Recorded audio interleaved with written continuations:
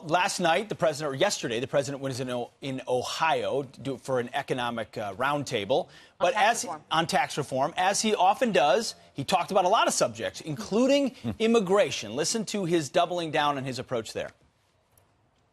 Our borders and our laws are a mess. Our immigration laws are a disgrace. And Mexico has some of the toughest immigration laws in the world. You can't just go into Mexico, but they allow these people to come up through Mexico and come into our country. And the wall we have to build. How about the wall where everyone scales the wall? We are fixing and building walls now, but we need much more money. We're doing the job right. We're going to do the job. And we may have to close up our country to get this straight. But look at that mess that's on television right now. It is a total catastrophe. And these are the laws passed by Democrats so that we have open borders.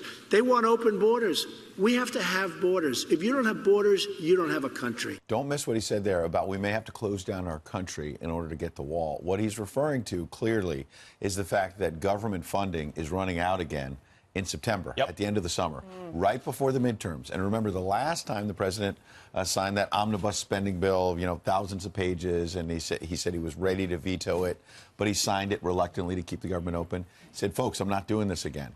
Unless he said that then, and he said it again. Unless you clean up some of the spending, runaway federal spending. I want the wall. I've got other priorities. And so it sets up an incredible showdown right before the midterms. And a clear warning there to those lawmakers.